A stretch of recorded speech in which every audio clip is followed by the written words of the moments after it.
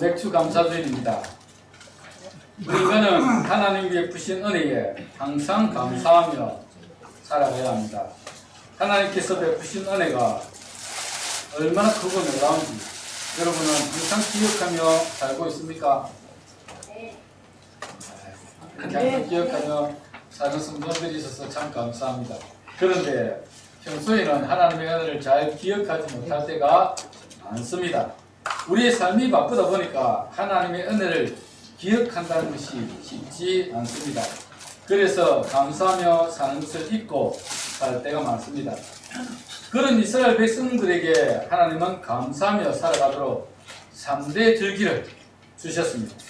이런 절기를 통하여 하나님께서 베푸신 은혜를 기억하며 감사하라고 이스라엘 백성에게, 하나님의 백성에게 3대 절기를 주신 것입니다. 그리고 감사하며 사는 것보다 더 큰 복이 없다는 것을 깨닫도록 하시기 위해서 하나님은 이스라엘 백성들에게 3대 절기를 주셔서 감사하며 살아가도록 하셨습니다. 우선 3대 절기가 무엇이며 3대 절기의 의미가 무엇인지를 한번 생각해 보아야 합니다. 이스라엘의 3대 절기가 무엇입니까? 첫 번째는 유월절, 두 번째는 맥추절, 세 번째는 수장절. 유월절, 맥추절, 수장절, 이게 이스라엘의 3대 절기입니다. 유월절은 여러분 잘 알고 계시는 절기입니다. 그렇죠? 유월절은 이스라엘 백성들이 애굽에서 종살이하고 있을 때 하나님께서 그 크신 팔로 그들을 애굽에서 구원하여 내신 날입니다. 이스라엘 백성들이 애굽에서 종살이할 때에 하나님께서는 그 이스라엘 백성들을 구원하기 위해서 이스라엘에 10가지 재앙을 내리시죠. 그 마지막 재앙이 무엇입니까? 장자의 죽음. 장자가 죽는. 사람뿐만 아니라 짐승까지 모든 첫 태생은 다 죽는 그런 장자의 죽음의 재앙이 이스라엘 애굽 전역에 내렸습니다. 그런데 이스라엘 백성이 사는 고센 땅에는 장자가 죽는 죽음이, 재앙이 찾아오지 않았습니다. 왜 그랬습니까? 하나님의 말씀에 순종했기 때문에 그렇습니다. 하나님께서 뭐라고 말씀하셨습니까? 양을 잡았어.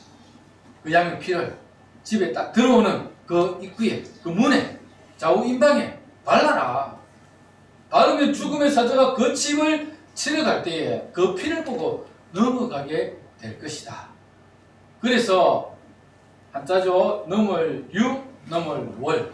넘어간다. 영어로 pass over. 넘어간다. 넘어가는 절기입니다. 뭐가 넘어가죠? 죽음. 죽음의 사자가 그 집을 넘어간다.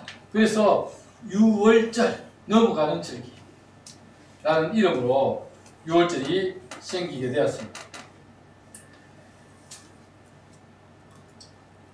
하나님께서는 이스라엘 백성들을 그 애굽의 종살이에서 구원하기 위해서 애굽의 이런 재앙을 내리시고 그 크신 팔로, 그 능력의 팔로 그 이스라엘 백성들을 애굽에서 건져내셨습니다. 구원해 내셨습니다. 그래서 하나님께서는 이 유월절을 너희가 지키면서 하나님께서 너희를 애굽 땅에서 그 종되었던 땅에서 구원하여 주신 것에 대해서 감사하며 절기를 지키라.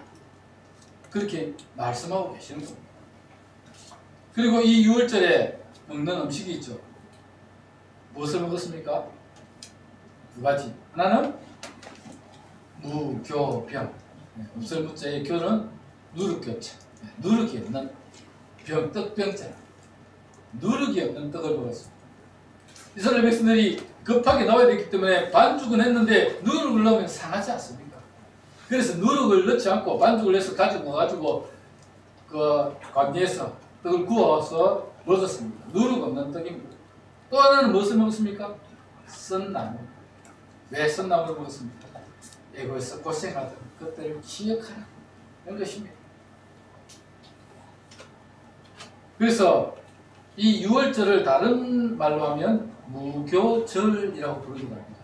왜 무교절입니까? 누룩을 넣지 않는 떡을 먹는 절기입니다. 그래서 무교절이라고 부르기도 합니다. 오늘 본문에는 무교절로 나옵니다. 유월절 이라는 이름 대신에 무교절이라는 이름으로 나옵니다. 한번 보십시오. 15절에 보시면 너는 무교병의 절기를 지키라 그렇게 말씀하고 있습니다. 무교병의 절기, 즉 6월절. 3대 절기 가운데 첫 번째 절기가 6월절 혹은 무교절, 무교병의 절기라는 의미를 가지고 있습니다. 이 6월절은 구약시대는 애굽에서 이스라엘 백성들을 건져낸 하나님의 그 은혜가, 그 하나님의 놀라운 축복이 있는 절기이지만 신약에서는 예수 그리스도께서 6월절 어린 양이 되셨습니다. 십자가에 달려 죽으시며 우리를 구원해 주신 것입니다. 예수님께서는 6월절 어린 양으로 오셨습니다. 잘 알고 계시죠? 예수 그리스도의 그 피를 우리 마음의 문에 발라서 우리를 죽음에서 구원해 내셨습니다. 예수 그리스도의 보배로운 피가 우리를 죄와 사망에서 구원하여 주신 절기가 바로 이 6월절이다 라고 할 수 있습니다.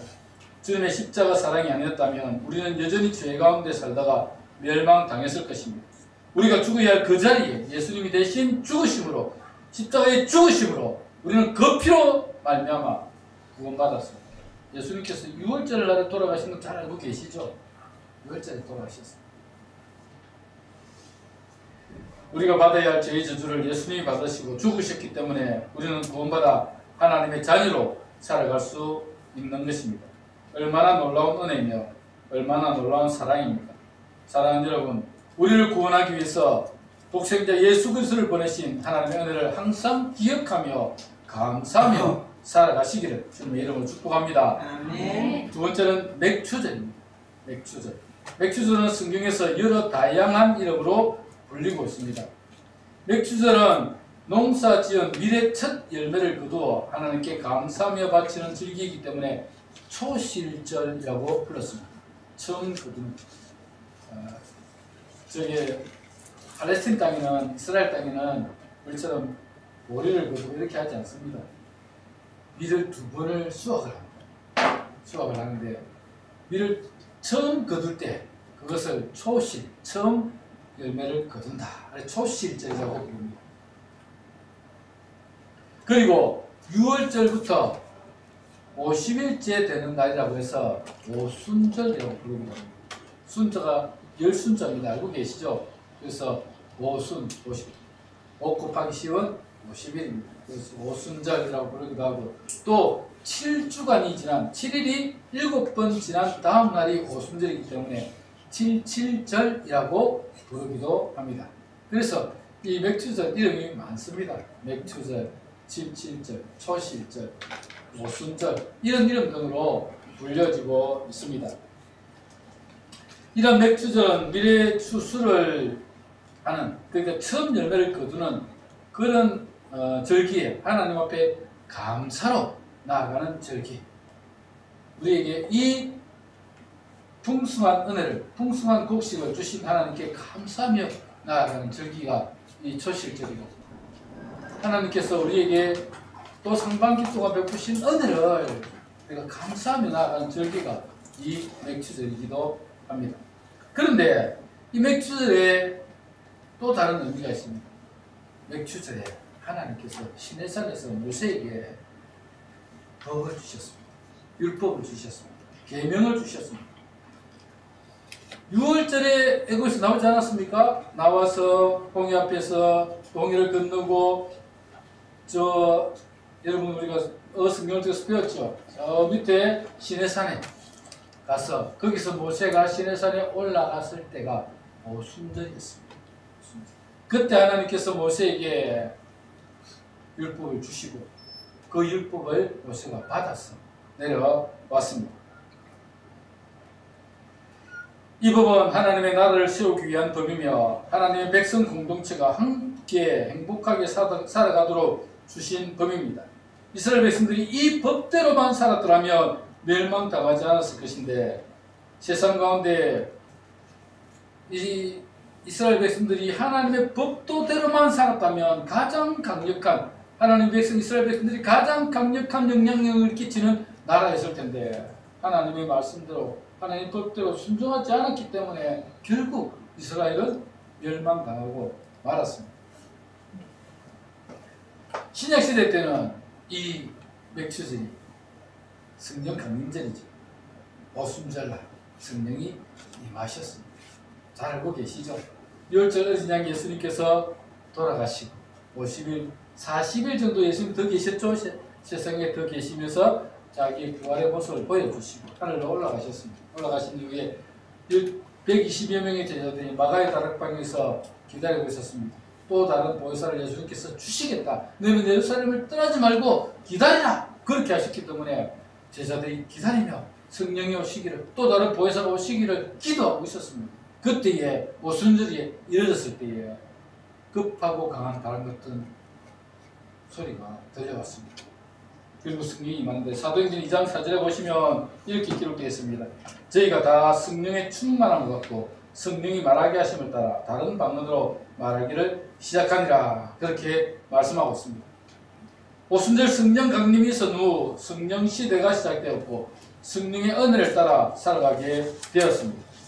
비록 예수님은 우리를 떠나 천국에 가셨지만 주님께서 약속하신 대로 보혜사 성령께서 오셔서 우리를 진리 가운데로 인도해 주고 계십니다. 예수님이 계실 때는 예수님께서 우리에게 말씀해 주셨지만 가시고 난 이후에는 또 다른 보혜사 성령께서 우리 가운데 오셔서 그분 우리를 진리 가운데로 인도해 주고 계시는 것입니다. 우리에게 성령을 주셔서 은혜 가운데 살아가게 하신 하나님께 감사해야 합니다. 오늘이 맥주 감사주일이죠. 그런데 사실 오순절과는 시간적인 차이가 좀 있습니다. 원래는 맥주절과 오순절이 같은 날이지만 한국에 정착할 때 오순절이 해마다 날짜가 바뀌니까 맥주 감사주일을 준비하는데 좀 많이 헷갈리기도 하고 어렵기도 하고 교회마다 감사 절기도 달라지고 그래서 고정을 시켰습니다. 언제? 7월 첫째 주는 무조건 맥주 감사주일로 지킨다. 그래서 그러면 오순절 성령 강림절은 언제 했을까요? 올해 2025년도 성령 강림주일은 6월 8일 주일이었습니다. 지났습니다. 그게 성령 강림주일하고 맥주 감사주일은 본래는 하나였지만 맥주절이 하나였지만 이제는 한국에 정착하면서 날짜가 좀 바뀌게 되었습니다. 그러나 그 의미와 정신은 그대로 가지고 있는 것입니다. 하나님께서 우리에게 베푸신 은혜, 이 초실절의 은혜, 처음 열매를 거둘 때에 하나님께서 베푸신 그 은혜에 감사하며 드리는 절기, 그 절기가 바로 맥주절인 것입니다. 오늘 맥주 감사절을 맞아요. 처음 열매를 거두게 하신 하나님께 감사해야 합니다. 그리고 우리에게 또 다른 보혜사 성령을 주셔서 성령의 은혜를 통하여 살아가게 하심을 감사해야 할 것입니다. 마지막 세 번째는 수장절입니다. 수장절도 다양한 이름이 있습니다. 수장절은 장막절이라고도 부르고 초막절이라고도 부릅니다. 장막절이라고 불리는 이유는 이스라엘 백성들이 애굽에서 나와서 광야에 40년 동안 광야에서 생활을 했습니다. 광야에서 살아갈 때는 이렇게 벽돌로 집을 지을 수가 없었습니다. 왜냐하면 자꾸 옮겨 다녀야 되니까 텐트를 치고 살았습니다. 장막을 치고 살았습니다. 그래서 이스라엘 백성들이 40년 광야를 살아가는 동안에 텐트에서 거하였고 그 40년 광야길을 가는 동안에 하나님께서 그들을 지켜주시고 인도해 주셨기 때문에 그 광야에서도 살아갈 수 있었음에 하나님의 감사하며 지키는 절기가 바로 이 장막절입니다. 하나님께서 광야 40년 동안에 지켜주시지 않았다면 이스라엘 백성들은 다 굶어 죽었을 것입니다. 40년 동안 하나님께서 음식을 내려주셨죠? 무슨 음식을 주셨습니까? 만나. 매일 만나. 아침이 되면 이슬과 함께 만나가 내렸습니다. 만나는 동글동글한 작은 쌀하고 조금 다른 것인데 그걸 빻아서 밀가루처럼 반죽을 해서 먹기도 하고 구워 먹기도 하고 튀겨 먹기도 하고 그랬습니다. 그런데 이스라엘 백성들이 그것 좀 한 몇 달 먹고 나니까 물리는 겁니다. 이거 매일 우리가 먹는 건 만나밖에 없고, 그래서 하나님께 원망하고 불평하니까 하나님께서 메추라기를 그들에게 몰아주는데, 하나님께서 동풍을 불어서 그 메추라기를 그 이스라엘 온 진영에 내리게 하시니까 이스라엘 백성들이 한 달 동안 코에서 메추라기 냄새가 날 때까지 그들을 먹이셨다. 그렇게 성경에 기록하고 있습니다. 이렇게 하나님께서는 광야길을 가는 동안에 그들에게 만나와 메추라기를 통하여 그들을 먹이시고 40년 동안 굶어 죽지 않게 인도하셨습니다. 또 광야길은 가면서 물이 부족합니다. 물길을 찾지 못하면 목이 말라 죽을 수밖에 없습니다. 그때 하나님께서는 그들에게 반석에서 물을 내시고 샘물을 내게 내어주셔서 그들을 그 목마름을, 그 갈증을 해결해 주셨습니다. 하나님께서는 이 광야길을 가는 동안에 그들과 함께 하셔서 불기둥, 구름기둥으로 그들을 인도해 주셨습니다.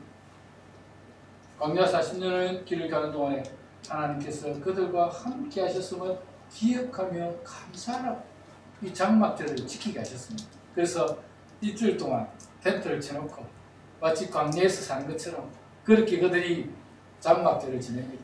초막절도 사실 똑같습니다.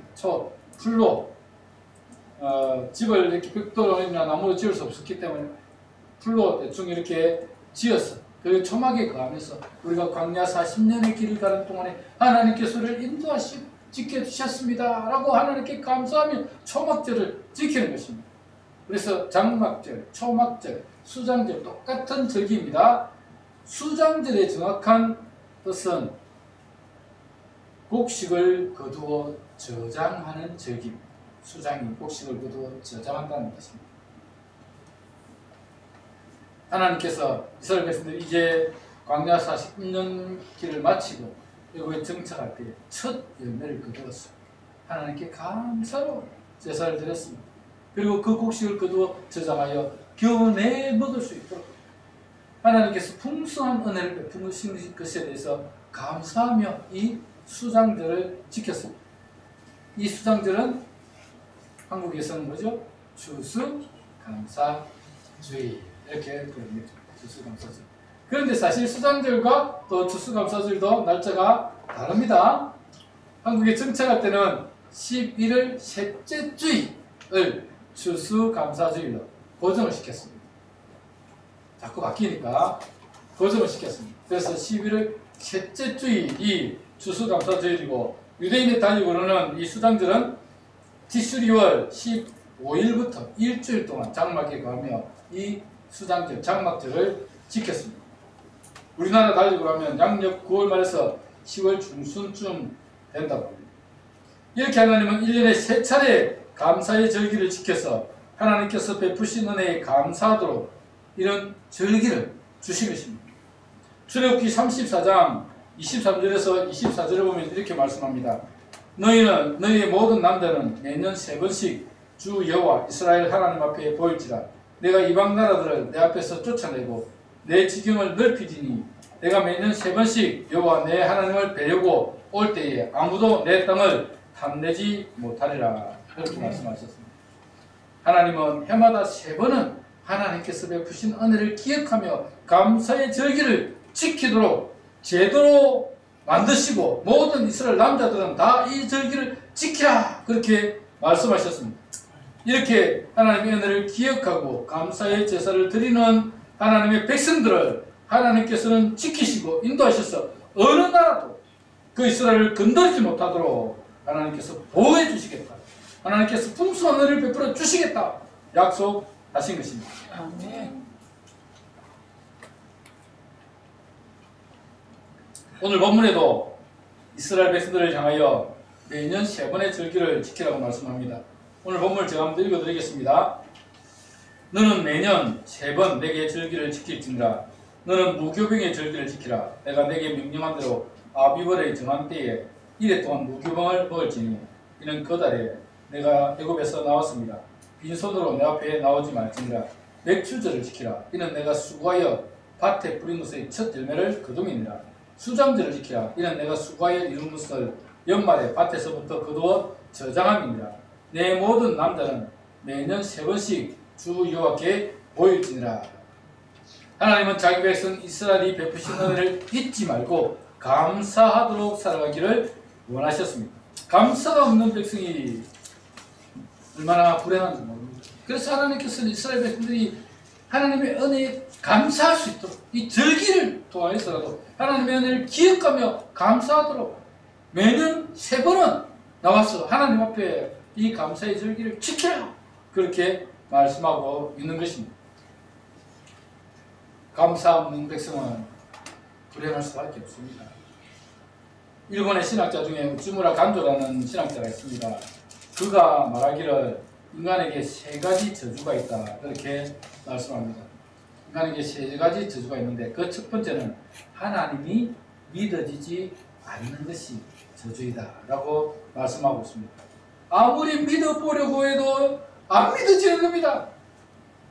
믿어보려고 애를 쓰지만 안 믿어지는 겁니다. 선택받지 못한 영혼입니다. 버림받은 심령입니다. 그것을 첫 번째 저주다, 그렇게 말씀합니다. 두 번째 저주는 성경을 많이 읽기는 하지만, 많이 안다고 자부는 하지만 하나님의 말씀이 들리지 않는 것이 저주다라고 말씀하고 있습니다. 성경을 읽는 중에 하나님의 음성이 내 귀에 들려와야 합니다. 내 귀에 말씀하시는 하나님의 음성을 듣고 그분의 말씀에 반응하고 순종하는 삶을 살아야 합니다. 하나님의 음성이 들리지 않는 것은 하나님과의 관계가 단절됐다는 증거입니다. 내가 병들었다는 증거입니다. 하나님의 음성이 들리지 않는 것이 저주다, 그렇게 말씀하고 있습니다. 세 번째는 감사한 마음이 없는 사람이 저주받은 사람이다, 그렇게 말씀하고 있습니다. 감사하는 마음이 생기지 않는 겁니다.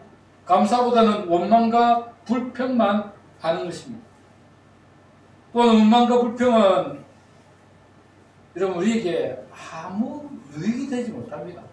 정말 원망, 불평이 우리에게 얼마나 악한 영향을 끼치는지 원망하고 불평하며 살아보십시오. 절대로 우리 마음에 평안이 없고 기쁨이 없고 즐거움이 없습니다. 이 원망과 불평은 하나님을 기쁘시게 하지도 못합니다. 이스라엘 백성들을 보십시오.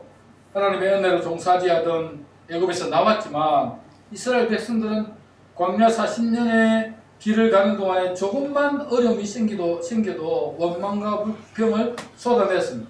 출애굽기 14장에 보면 이스라엘 백성들이 홍해 앞에 있었을 때 모세를 원망하며 하나님을 원망했습니다. 애굽에서 종사하지 하던 그들을 10가지 재앙을 내려서 건져내었는데, 그 강한 손으로 그들을 건져내었는데 홍해가 그 앞에 가로막혀 있고 뒤에 애굽의 군사들이 쫓아오니까 하나님을 원망하고 모세를 원망하면서 이스라엘 백성들이 원망을 쏟아내었습니다.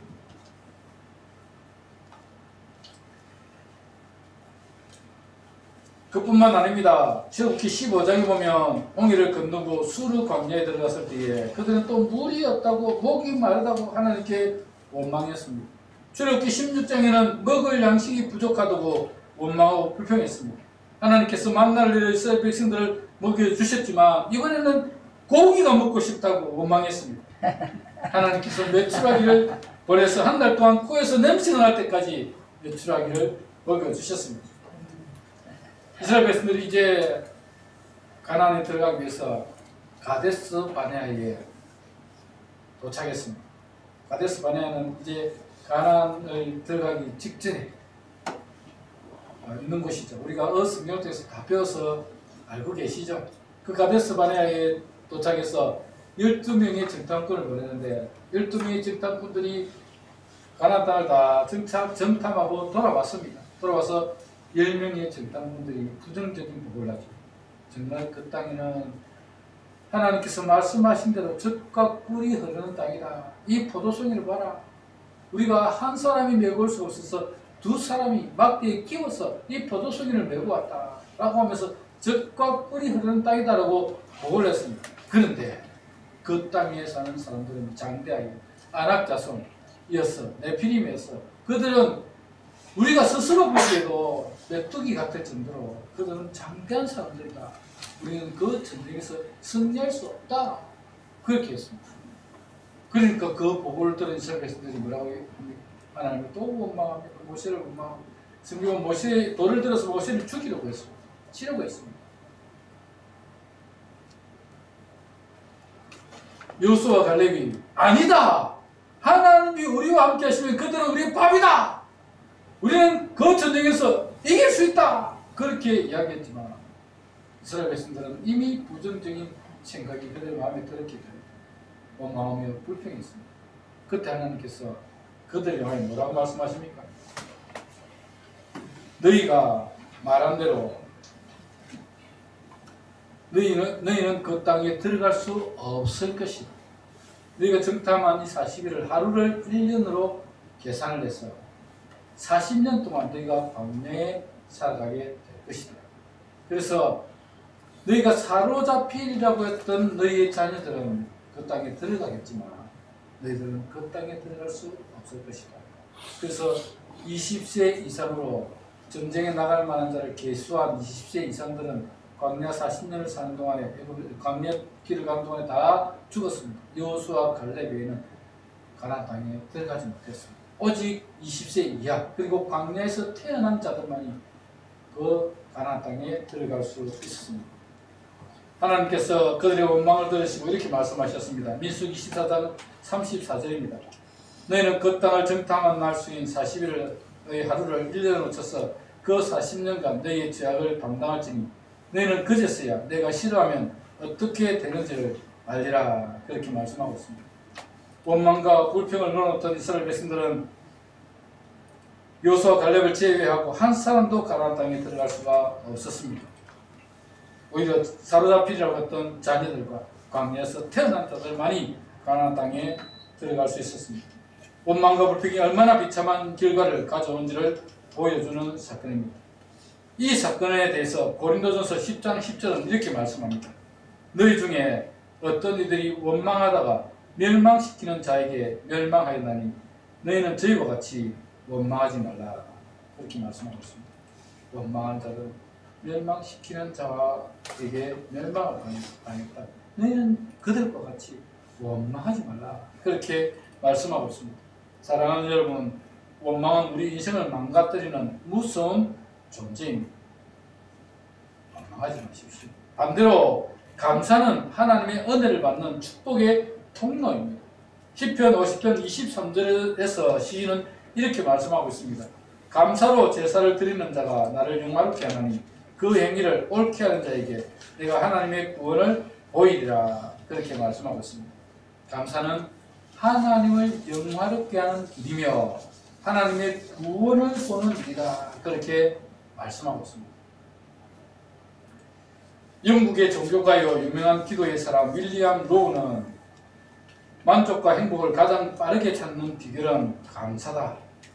범사에 감사하는 데 있다고 말을 하고 있습니다.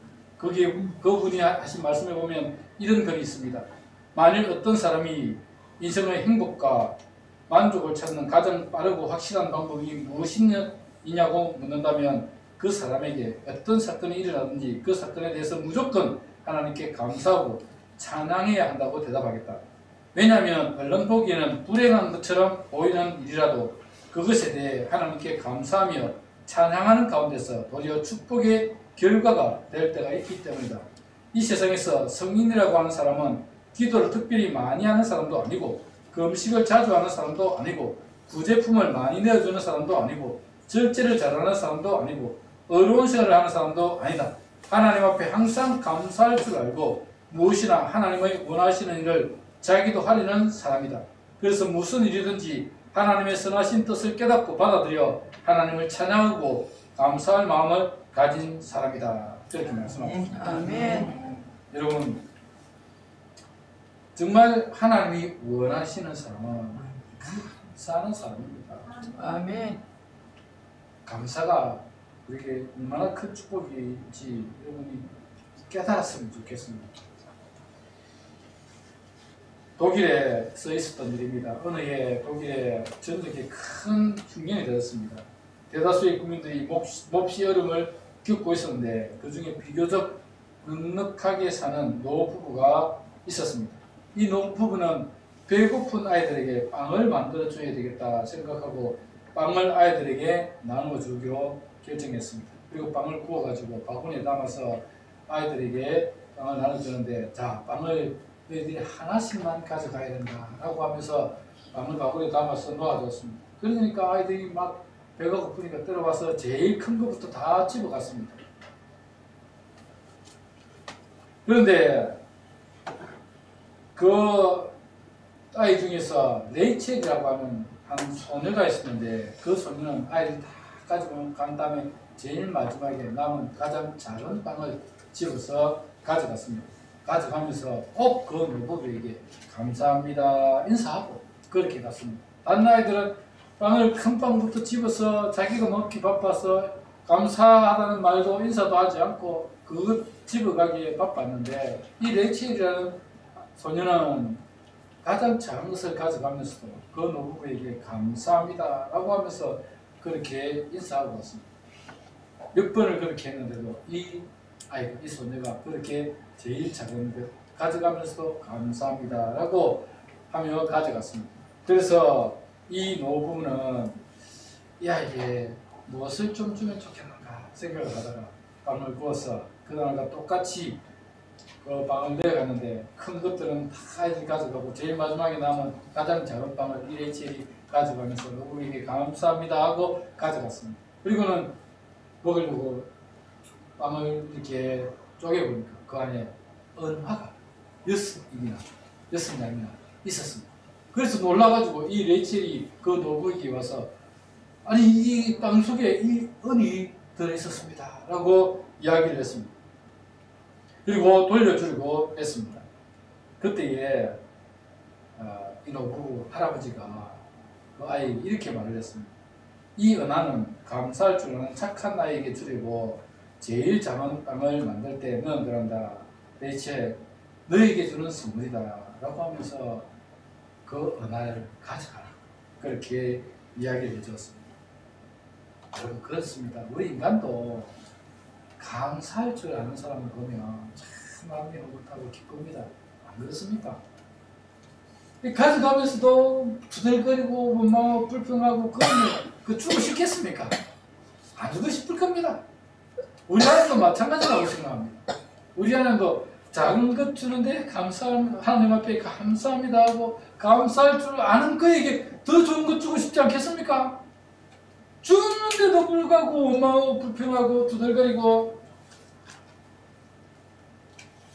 그렇게 하면 하나님이 주고 싶지 않을 것입니다. 준 것마저도 빼앗아가고 싶은 마음이 들지 않겠습니까? 사랑하는 여러분, 감사는 복의 통로이며 하나님의 은혜를 누리는 비결입니다. 여러분, 항상 감사하며 살아가시길 바랍니다. 아멘. 감사를 잊고 살았다면 이 절기를 통해서라도 감사를 회복하시기 바랍니다. 아멘. 하나님 앞에 감사한 자가 가장 복된 자입니다. 오늘 맥주 감사주의를 지키면서 감사를 회복하는 시간이 되었으면 좋겠습니다. 아멘. 하나님께서 우리에게 주신 은혜 한번 생각해 보십시오. 얼마나 놀랍습니까? 정말 우리가 하나님의 은혜가 아니면 단 한 수다도 살 수 있겠습니까? 아멘. 하나님의 은혜로 지금까지 살아왔고 앞으로도 하나님의 은혜로 살아가게 될 것입니다.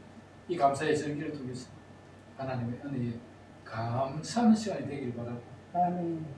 하나님께서 우리에게 주신 은혜에 감사하며 이 절기를 지키는 여러분 다 되시기를 주님의 이름으로 축복합니다. 말씀을 기억하면서 함께 기도하도록 하겠습니다. 기도할 때 하나님, 우리가 이 땅을 살아가는 동안에 늘 감사하며 살아가는 분들 되게 하여 주옵소서.